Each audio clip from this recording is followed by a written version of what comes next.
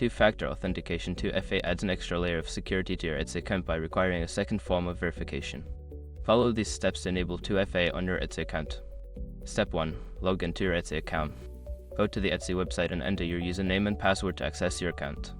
Step 2. Navigate to account settings.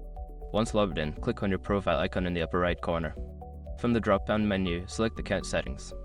Step 3. Access Security Settings. In the Account Settings menu, find and click on the Security tab. This section contains options related to account security, including two-factor authentication. Step 4. Enable two-factor authentication. Look for the option labeled two-factor authentication and toggle it on. You may be prompted to enter your password again for verification. Step 5. Choose your verification method. Select your preferred method for receiving the authentication code, such as via text message or an authentication app. Follow the prompts to complete the setup process.